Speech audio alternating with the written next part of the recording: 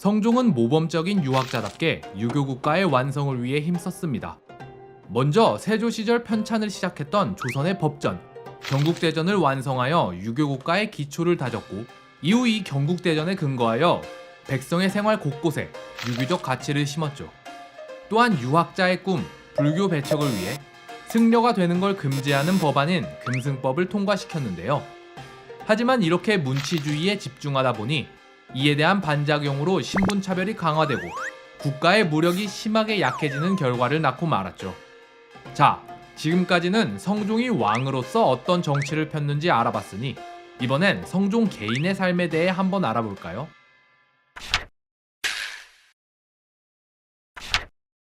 성종은 학문에 뛰어난 군주였습니다. 경서, 사서, 성리학 등에 두루 통달했으며 역법과 음악에도 재능을 보였는데요.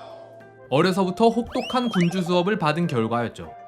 하지만 이에 대한 부작용도 조금 있었습니다. 성종은 이런 팍팍한 삶 때문에 반발심이 일었는지 풍류객의 기질도 강하게 띄었는데요. 성종은 시와 서예에 뛰어나고 그림 그리기를 좋아했으며 활 쏘기에 능하고 동물도 많이 길렀습니다. 그러나 대간들이 이런 성종의 취미생활을 가만히 놔뒀을 리 없죠. 대간들은 성종이 취미생활을 하려 할 때마다 눈에 불을 켜고 반대했고, 이로 인해 성종과 자주 마찰을 일으켰습니다. 성종이 기른 동물로는 개, 고양이, 사슴, 원숭이, 기러기, 앵무새, 백조, 매 등이 있었습니다. 그리고 특이하게도 흰 사슴이랑 흰 기러기도 길렀었다고 하는데요. 성종은 이 중에서도 매를 유독 좋아해서 종종 매 사냥을 하곤 했죠. 그러던 어느 날 성종이 기르던 매가 백조를 잡아오자 성종은 너무 기쁜 나머지 매를 기르던 내시에게 상으로 말 한 피를 주었습니다. 그러자 이 소식을 들은 대간들은 상과 벌은 임금의 큰 권한입니다. 그런데 어찌 고작 매에 관한 일로 상을 내리신단 말입니까? 매 때문이 아니라 내시가 부지런히 일한 게 기특해서 상을 주는 것이다. 관직을 주는 것도 아니고 그냥 말 한 피를 주겠다는데 그게 뭐가 문제란 말이냐. 전하의 말은 앞뒤가 맞지 않사옵니다. 내시는 분명 전하께 잘 보이려는 의도로 매를 길렀을 것인데 이제 전하께서 그 의도대로 내시에게 상을 내리시니 시는 전하께서 이렇게 아첨하는 자들의 꾀에 빠질까 걱정이옵니다. 이런 식으로 성종이 동물과 관련해서 뭐 하나만 하려고 하면 득달같이 달려드는 대간들. 하지만 성종이 끝까지 매를 기르려 하자 결국 대간들은 최후의 수단을 꺼내듭니다. 전하, 여러 해 동안 가뭄이 계속되어 우물이 마르고 창고가 비었습니다. 옛사람이 이르기를 하늘은 성실함에 보답한다 하였사온데 전하께서 세 장까지 만들어 매를 기르며 이를 즐거워하시니 어찌 이를 성실하다 할 수 있겠사옵니까? 가뭄이 온 것은 내가 덕이 없어서 그런 것이지 어찌 그게 매 때문이겠느냐. 매를 날려보낸다고 해서 반드시 비가 온다고 장담할 수도 없지 않느냐.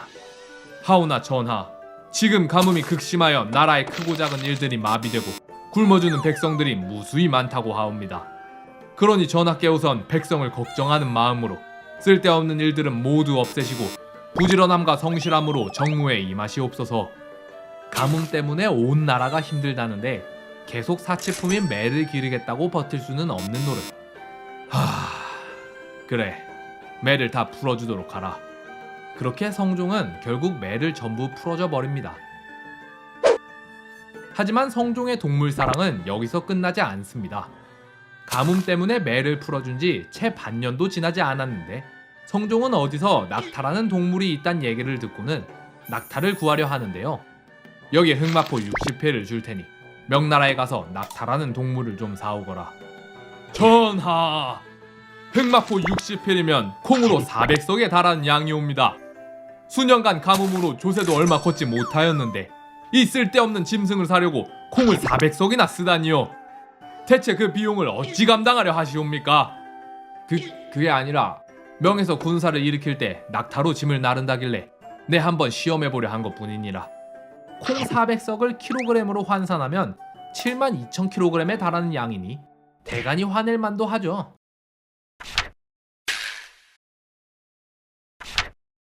이렇듯 가끔 성종의 취미생활이 과하다 싶을 때가 있긴 하지만 대체적으로 성종은 대간의 말에 귀 기울이고 또 비판을 잘 수용하는 왕이었습니다.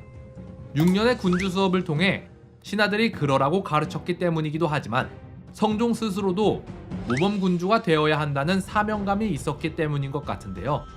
문제는 성종이 이렇게 계속 참기만 하니까 이젠 대간들이 막 나가기 시작한다는 겁니다. 원래 대간이 하는 일은 왕이 일은 안 하고 맨날 놀려고만 하면 안 되니까 너무 엇나가지 않게 적당한 수준에서 막는 것이었습니다. 그런데 성종 땐 이 대간의 힘이 너무 세지다 보니 별것도 아닌 걸로 트집 잡고 그냥 군기 잡으려고 비판을 하는 지경이 됐는데요. 성종 16년, 창경궁 안에 있는 한 샘물이 넘치자 성종은 이를 막기 위해 작은 연못을 만들고 구리관으로 샘과 연못을 연결합니다. 그러자 대간은 신이 듣자 하니 전하께서 샘과 연못을 연결하기 위해 구리를 쓰셨다 하온데 신은 그 조짐이 오래되옵니다. 구리가 단단해서 오래 간다길래 쓴 것뿐이다. 이는 비록 작은 일이지만 장차 사치로 이어질 게 분명하옵니다. 사관들이 이를 적어 후세에 전할 텐데 후대의 평가가 두렵지 않으시옵니까? 사관들은 반드시 본대로 적어야 할 것이다. 내가 사치를 좋아함이 아니라 하지 않았느냐? 지금 전하께서 사치가 아니라며 그냥 넘어가신다면 후대엔 이를 본받아 반드시 사치할 것입니다. 사치하는 게 아니라 나무는 썩기 쉽고 돌은 인력이 많이 필요하다기에 오래가고 가벼운 구리로 한 거라니까. 하지만 결국 이번에도 성종이 양보합니다. 그래, 돌로 다시 만들도록 하라. 그렇게 다시 돌로 관을 만들기 위해 기껏 다 만들어 놓은 담을 다시 헐고 구리를 꺼내고 돌로 다시 만들어 넣는 극도로 비효율적인 작업을 합니다. 그런데 이런 대간의 군기 잡기는 뒤로 갈수록 더 심해지는데요. 성종 25년, 어디선가 다리가 3개 달린 기형 닭이 나타납니다. 그러자 이 소식을 들은 대간은 점괘에 따르면 임금이 부인의 치맛바람에 휘둘리면 닭이 요물을 낳는다 하였습니다. 간절히 청하옵건대 전하께 우선 잘못을 반성하시옵소서. 내가 부인의 말을 따른 적이 없는데 이 닭이 나타난 게 나 때문인지 아니면 대신 때문인지 어찌 아느냐. 이런 기괴한 일은 그냥 일어나는 법이 없는데 어찌 전하께서는 반성하시기는커녕 잘못을 대신에게 떠넘기려 하시는 겁니까? 전하께서 오히려 나는 잘못이 없다 하시니 신은 놀라움을 금치 못하겠사옵니다. 옛말에 닭이 새벽에 울면 집안이 망한다 하였는데 그럼 아무 집 아무 닭이 새벽에 울면 그게 다 내 잘못이란 말이냐? 게다가 그깟 미신을 핑계로 나보고 잘못을 말하라 하니 어찌 내가 변명하지 않을 수 있단 말이냐? 옛말에 따르면 온 나라의 기괴한 일은 모두 왕의 잘못이라 하였습니다. 오냐? 이 나라의 기괴한 일들은 전부 다 내가 불러일으킨 것이다. 이제 됐느냐? 이렇듯 대간이 사사건건 말 같지도 않은 이유로 비판을 해대니 성종이 화가 안 날라야 안 날 수 없었겠죠. 하지만 성종은 이렇게 화를 내다가도 항상 끝에 가서는 결국 대간의 말을 따릅니다. 그렇게 길러졌고 그렇게 해야 된다고 생각했기 때문이죠. 이러한 성종의 자제력은 형인 월산대군을 닮은 것 같기도 하네요.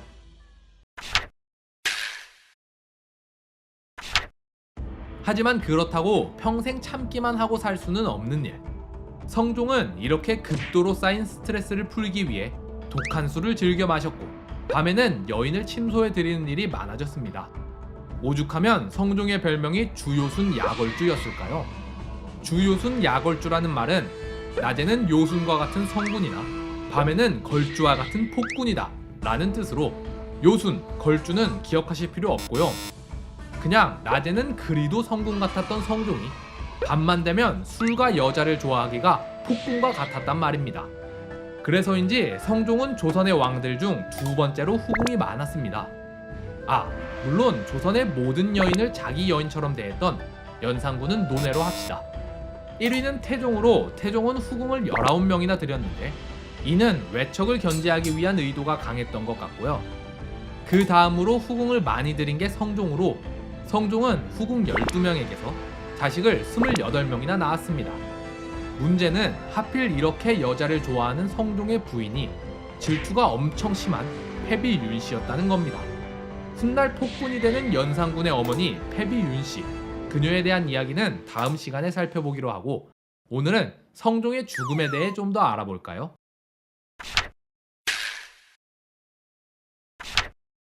나름 취미생활을 즐기고 스트레스를 풀 방법도 찾고 했던 성종이지만 그래도 성종이 받았던 스트레스는 어마어마했던 모양입니다.